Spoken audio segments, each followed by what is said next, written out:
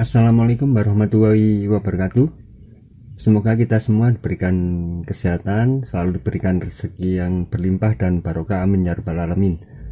Di video kali ini saya akan melanjutkan pembahasan untuk masalah pompa pendorong air dari toren atau biasa juga disebut pompa booster. Kalau kemarin kita sudah bicara untuk cara memilih otomatisnya, sekarang saya beralih ke cara memilih pompanya, jenis pompanya. Yang pertama ini adalah karakteristik. Saya buatkan di sini adalah checklistnya. A ini adalah posisi toren dengan output yang kemarin saya sebut untuk memilih otomatisnya. Toren dengan output yang tinggi dan toren output yang rendah, jaraknya pendek maksudnya. Ini jaraknya tinggi. Yang kedua, B ini adalah instalasi distribusinya. Dalam arti ini yang normal, misalnya dari atas besar sampai ke output terakhir besar. Ini setelah instalasi ideal ya, memang jarang. Itu hubungannya debit, jadi debitnya itu sudah cukup besar biasanya. Yang kedua, B2 ini adalah instalasinya disebutnya kecil. Ini hubungannya nanti memakai pompa ini menghasilkan debit dan tekanan, begitu maksudnya. Yang C ini adalah jumlah kerannya, sedikit atau banyak. Ini sedikit ini kata-kata yang relatif ya, nanti saya jelaskan di daya pompa. Dan yang D ini kebisingan, jadi bising atau tidak. Ini satu, dua ini ya tidak. Jadi yang pertama itu saya akan bahas pompa yang sebenarnya compact. Jadi asal mulanya pompa booster atau pompa pendorong air dari toren itu ya seperti yang di Grundfos itu, biasanya bentuknya seperti ini ya, compact itu bulat, keluarnya ada lubangnya atas bawah, itu ada di gambarnya. Itu asal mulanya pompa booster itu seperti itu. Ini karakteristiknya adalah ini saya tulis jadi A2 B1 C1 D2. Jadi karakteristiknya ini memakai impeller sentrifugal dengan karakter khusus ya, ada perubahan di dalam bentuk impellernya, kemudian ada perubahan di volutnya, karena memang aslinya ini sejatinya tidak menambah tekanan, tetapi istilahnya mempercepat aliran air. Jadi kalau ini biasanya dipakai di ketinggian yang rendah sudah cukup bisa. Ngetesnya apa? Karena ini waktu katakanlah ini dari toren masuk ke pompa booster itu seperti tidak ada hambatan. Kalau katakanlah tidak difungsikan, listriknya mati, itu cukup lancar keluarnya karena karakteristik di dalam rumah pompanya dan impellernya itu seperti itu. Jadi akhirnya flow switch itu gampang sekali bekerja. Makanya saya masukkan di sini karakteristiknya adalah dia bisa dipakai di A2, posisi toren dan output rendah A2. Kemudian yang karakter kedua adalah B1, instalasi distribusi besar-besar. Jadi instalasinya rata-rata sudah termasuk normal, pembagiannya juga normal, tetapi kurang kencang itu biasanya. Itu memakai ini B1.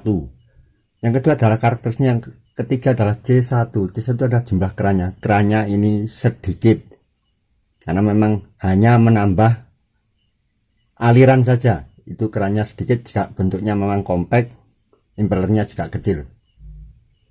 Karakter yang terakhir adalah kebisingan D2. Ini sangat tidak bising atau senyap, jadi D2. Ada dua penyebab pompa seperti ini compact ini tidak bising. Yang pertama adalah konstruksi impeller dan rumah impellernya, volutnya itu beda. Yang kedua adalah rotornya ini terendam di dalam air, jadi tidak ada udara yang terembus, jadi suara udara itu juga bikin bising. Ini yang bikin sangat halus. Jadi teman-teman kemarin komen ke itu pada pompa yang baru MC Clarence atau apa itu ya, dia nggak bising karena memakai sentrifugal. Ini nanti karakter yang ketiga ini, itu yang salah satu penyebabnya tidak bising. Tetapi karena motornya tetap terbuka, motor yang open ini ya tetap ada suara bisingnya. Kalau ini memang benar-benar hampir nggak ada suaranya, silent sekali ini. Yang kedua ini pompa sumur ya, ini sekarang ini sedang tren. Belum tertulis tadi. Jadi awal mulanya tadi ya seperti inilah pompa booster itu. Yang kedua ini sekarang sudah ada kecenderungan pompa sumur dijadikan pompa pendorong air dari toren atau pompa booster. Ya karena itulah saya bilang, jadi produk itu tidak selamanya sesuai kaidah teknis. Seringnya saat ini adalah produk itu lebih untuk memenuhi permintaan pasar. Jadi permintaan pasar itu penting, itu bisa mempengaruhi produksi produk, karakteristik produk ya harus mengikuti permintaan pasar, walaupun di satu sisi kadang tidak memenuhi kaidah teknik. Akhirnya ada resiko ya. Resiko itu yang kadang kurang dipahami oleh konsumen. Pabrikan ya udah ngikutin permintaan pasar itu aja. Seperti ini yang disebut peripheral, seperti yang teman-teman pakai pompa sejuta umat Shimizu. Yang cirinya di depannya ada tutupnya, itu ada bautnya 3 atau 4 macam-macam tergantung merek dan tipe. Shimizu juga ada yang bautnya 3 seperti Shimizu 125, Panasonic 3, rata-rata kalau Shimizu 4. Pokoknya yang depannya ada tutupnya, biasanya kuning, impeller itu peripheral namanya. Masuk dari samping, keluar dari atas atau juga keluar dari samping. Ini motornya tidak saya gambar. Itu karakteristiknya ini memakai A1. Kalau memakai flow switch, ini saya bilang dulu ke flow switch ya, biar apa, karena kemarin saya bilang untuk pompa booster saya lebih cenderung ke flow switch, jadi karakteristik lebih ke flow switch ini saya bicara. Ini memakai karakteristik A1, posisi turun output harus tinggi. Karena apa? Ini ada hambatan ya, masuk sini itu hambatan, apalagi teman-teman yang masih memfungsikan cek valve itu, kalau bawaan yang self framing itu menghambat juga. Tapi sisi lain nanti ada fungsinya juga hambatan itu. Kasus yang flow switch cetak-cetek nanti saya bahas. Ini tetap menghambat, jadi kalau pompa dimatikan karena saluran cuma satu, itu biasanya kecenderungannya lewat sini itu kecil, karena memang ini rapat, peripheral itu rapat. Seperti A1, jadi harus memakai toren yang tinggi.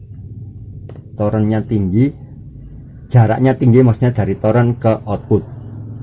Yang kedua, instalasi ini bisa mengatasi, ya tidak sempurna ya, yang instalasi seperti umumnya pada rumah yang standar ya, kecil-kecil atau seperti itu, karena dia menghasilkan debit dan tekanan. Jadi ini B2. Yang karakteristik ketiga adalah C2, jumlah kran. Ini juga nanti tergantung apa daya, tapi ini memang cenderung lebih besar karena pompa ini sebenarnya kan pompa sumur ya. Jadi teman-teman bisa lihat nanti speknya maksimumnya, karena dia nanti menghisap positif, pompa ini akan bekerja maksimal. Itu yang membuat sama dengan ke C2, jumlah kran bisa banyak.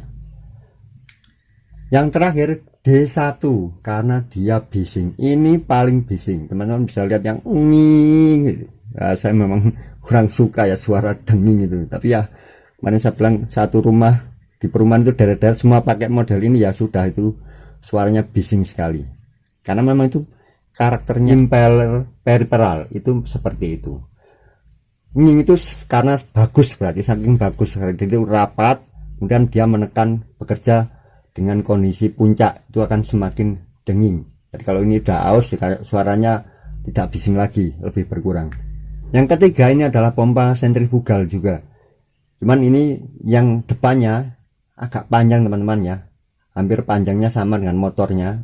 Itu saya contohkan gambar, ada Shimizu semi jet itu, karena ini sebenarnya ada impeller sentrifugal plus jet di dalamnya, makanya disebut semi jet. Ada juga nanti yang full sentrifugal, jadi nanti nggak panjang depannya, mana segini itu aja. Ada juga itu full sentrifugal, suaranya juga halus, jadi ini juga halus. Pompa sentrifugal karakternya seperti itu, halus.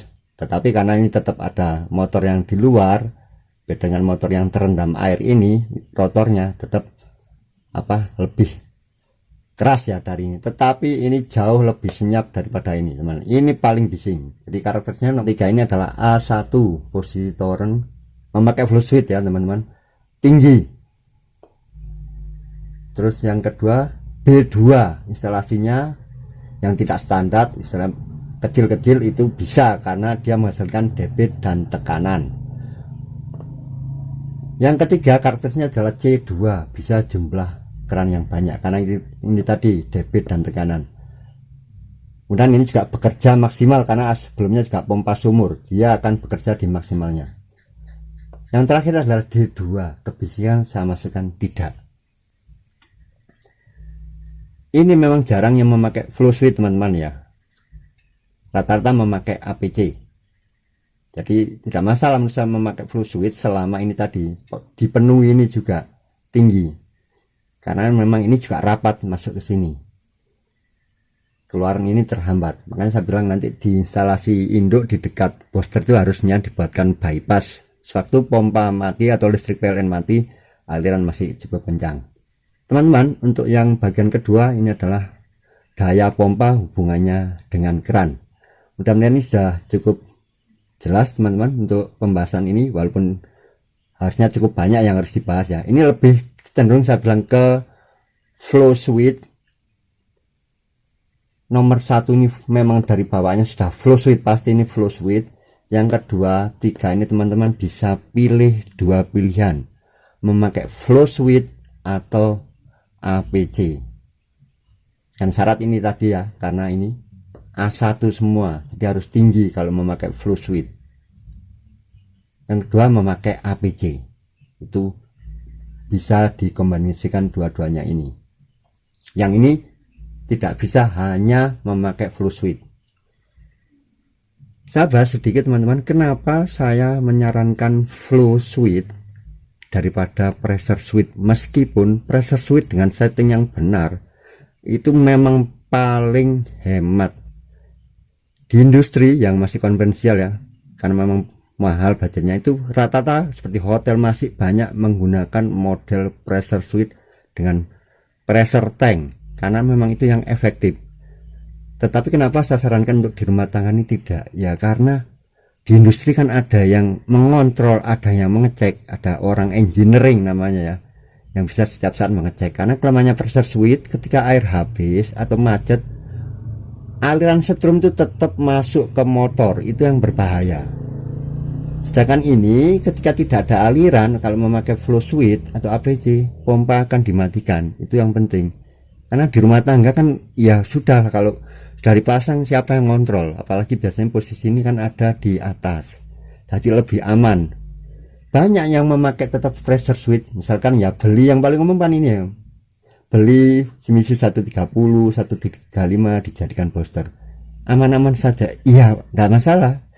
Jadi memang itu tidak bisa kita samakan, bisa jadi pemakaiannya memang beda, tapi memang kalau secara teknis ya tidak aman. Jadi pastinya, apalagi kalau tabungnya tabung botak yang pressure tanknya itu bukan berisi udara, cetak-cetek.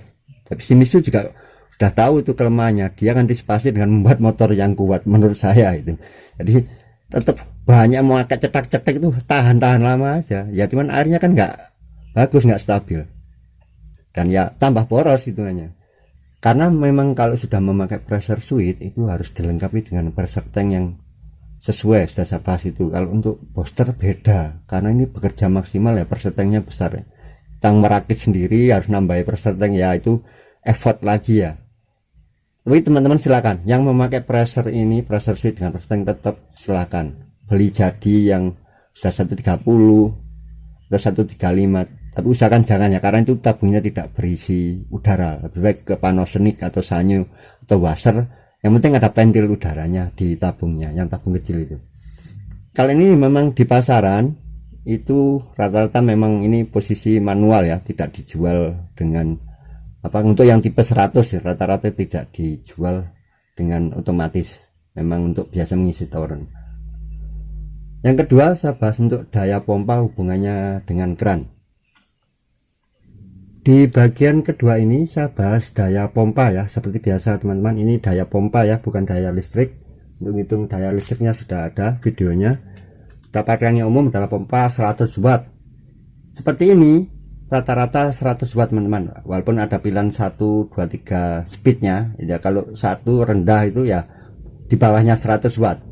Yang paling kecil ini 100 wattan. Grundfos, Wasser, Shimizu mengeluarkan model-model ini dengan dua model ya, yang satu 100 watt, yang agak besar lagi itu yang 200 watt. Seperti ini teman-teman, yang 100 watt itu kalau seperti ini sentrifugal ini akan satu kran aja untuk masuk ke heater saja. Yang satunya 200 bisa itu sampai 2 kran 3 kran saja itu, tapi dengan syarat ini tadi ya, instalasi besar semuanya. Makanya ini tidak terlalu saya bahas, yang compact ini sudah cukup satu aja, ini 100 watt 1 kran, yang 200 bisa 2 kran. Kenapa kok beda? Ini sekecil tapi bisa besar ya, lebih banyak kerannya, karena ini tadi karakteristiknya ada debit dan tekanan. Yang 125 150 ini lebih ke pompa sumur ini teman-teman, itu biasanya memakai ini 125 lah sampai 150, itu bisa 3 kran teman-teman. Walaupun ada yang mengklaim itu kalau yang sudah compact beli jadi sudah ada flow switchnya bisa 5 atau 6 katanya. Menurut saya ini idealnya udahlah, ini yang simultan benar-benar full bisa 3 kran. Yang jet 100 ini ya memang namanya 100 ya, tapi ini sebenarnya dayanya besar, ini hampir sama dengan 150 ini, itu bisa sampai 5 kran simultan bersamaan. Itu aja teman-teman untuk yang hubungan daya pompa dengan kran simultan, kran yang dibuka bersamaan. Patokannya teman-teman melihat dari nameplate-nya, juga bisa dari bukunya. Pompa model periferal dengan tipe 125 150 itu rata-rata tertulis nanti quantity maksimum, jadi debit maksimumnya 30-an lah, 30 liter per menit. Patokan dengan keran yang umumnya teman satu keran itu minimal 10 liter per menit, makanya saya bilang ini 3 kran. Karena kalau sudah menghisap positif, yang dihisap lebih tinggi dari pompa ini, semua pompa ini bekerja maksimalnya, jadi debit maksimum itu yang buat patokan. Untuk semi jet ini juga begitu, rata-rata juga sekitar 40. Makanya saya bisa masukkanlah ini ke 5 kran. Itu aja. Keluaran dari pompa itu patokan gampangnya adalah maksimum debitnya itu yang tertera. Sudah tidak ada head, tidak ada isap, dia berfungsi maksimumnya, debit maksimumnya itu yang bisa patokan untuk kerannya. Kenapa saya tidak tuh yang semi jet yang 200? Menurut saya untuk peruntukan rumah tangga ini sudah lebih dari cukup. Tidak mungkin lah kalau berapa kran dibuka bersamaan itu satu keluarga, kecuali itu untuk kos-kosan. Bahkan ini saya lihat kemarin ada yang pasang di suatu homestay itu malah untuk 10 kamar ini ya, tapi kerannya memakai shower semua, karena ini mampu sebenarnya, memang mampu, cukup kencang. Saya anggap efektifnya di 5 kran itu aja.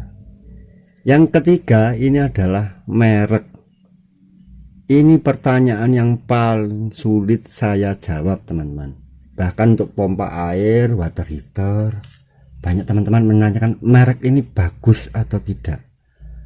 Saya mohon maaf sekali, karena saya tidak berani memberikan merek, bukan karena saya tidak paham ya.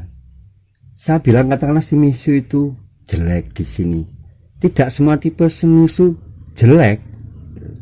Hanya beberapa tipe seperti 135, 130 itu kelemahannya di pressure tank misalnya. Tetapi motornya kuat. Katakanlah saya bilang washer jelek, banyak yang memakai washer itu lama. Itu merek teman-teman silahkan tentukan sendiri. Menurut saya merek itu udah hampir sama kualitas. Kalau bagi saya yang penting spare part itu mudah didapat, untuk komplain atau garansi mudah, itu aja bagi saya. Percuma barangnya kuat atau apa, tapi nanti spare partnya kalau sudah rusak susah mencarinya, itu lebih susah menurut saya. Lebih baik, makanya Shimizu itu kenapa bisa dipilih banyak orang ya, karena spare partnya mudah, after salesnya tuh dia memberikan yang terbaik. Walaupun saya bilang saya jarang memakai Shimizu untuk beberapa tipe, saya lebih ke Panasonic. Karena apa? Ketersediaan spare part dan garansi itu penting. Shimizu ada di mana-mana dan mudah didapat. Substitusinya maksud saya.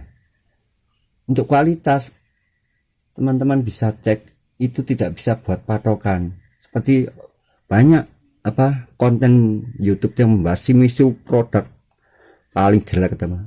Itu tidak bisa menurut saya. Kesimpulan seperti itu nggak cocok kalau dengan statistik. Misalkan begini teman-teman ya. Jadi kesimpulan untuk bagus tidak produk itu tidak bisa kita tanpa melihat statistik. Shimizu katakanlah produknya itu 100 ya, rusak 10 teman-teman ya. Yang terpasang ini ada dipakai pelanggan, sedangkan saya bilang Boser lah hanya 20, rusaknya 5. Ini orang sering memahaminya seperti itu. Wah, Shimizu itu gampang rusak, tapi tidak mengecek dia populasinya berapa dia di Indonesia. 10, hanya 10%-nya kan pakai washer awet. Dia di pasaran atau dipakai pelanggan hanya 20 unit, yang rusak 5. Berapa ini? Sudah seperempatnya yang rusak, 25% yang rusak. Bahkan seperti Groundforce, oke saya bilang Groundforce yang terbaik, tapi menurut saya juga tidak bisa buat patokan bagi saya, karena pengguna Groundforce mungkin hanya 5 ini. Rusak 1, saya bilang wah jarang rusak Groundforce. Iya, karena pemakainya cuma 5. Ini saya bahas agak lama ya teman-teman untuk merek ini, karena banyak sekali yang bertanya ke saya, merek apa Pak? Water heater, pompa itu. Sudah susah sekarang ini kita bilang merek. Saya bilang Hitachi bagus, Hitachi yang dulu, yang sekarang tetap bagus, tapi seperti produk dari plastik secara pabrikan maksudnya bagus, tetapi itu punya kendala kalau bautnya dol atau apa. Jadi ini teman-teman, menurut merek itu sudah lah, memakai merek yang umum, yang menurut teman-teman di dekat situ tanya penjualnya garansinya seperti apa, seperempatnya mudah atau tidak, itu aja. Bahkan kalau saya bilang ya pakai yang Cina-Cina merek murah-murah silahkan, buktinya banyak memakai dan aman-aman saja. Banyak yang pakai Sanyo rusak, ya banyak juga. Jadi tidak bisa ukuran merek itu teman-teman. Kalau yang dulu karena belum banyak kompetitor, ya pemainnya itu hanya Hitachi dan Sanyo. Sekarang sudah produk dari pabrikan bermacam-macam merek. Jadi mohon maaf teman-teman yang bertanya merek, nah, teman-teman bisa tonton video-video review ya di YouTube itu. Review pompa tipe ini itu yang apa? Biasanya pengguna yang mengalami pengalaman pengguna. Kalau saya ini lebih ke perbaikan, hampir sama. Perbaikannya populasinya juga sama. Groundforce jarang memperbaiki, Shimizu sering memperbaiki karena populasinya lebih banyak. Saya tidak mengklaim Shimizu lebih rusak, bahwa tidak bisa ini menurut saya. Bahkan menurut saya banyak Shimizu yang tidak terpantau itu masih sudah puluhan tahun sampai hari ini. Washer punya kelemahan ini juga, tetapi banyak yang pakai washer awet. Nah itu jadi relatif teman-teman. Mudah-mudahan video yang ini bermanfaat teman-teman. Kalau ada pertanyaan komen silahkan tulis di kolom komentar. Ada kritik dan saran juga saya tunggu. Mudah-mudahan bermanfaat. Mohon maaf jika ada kesalahan. Assalamualaikum warahmatullahi wabarakatuh.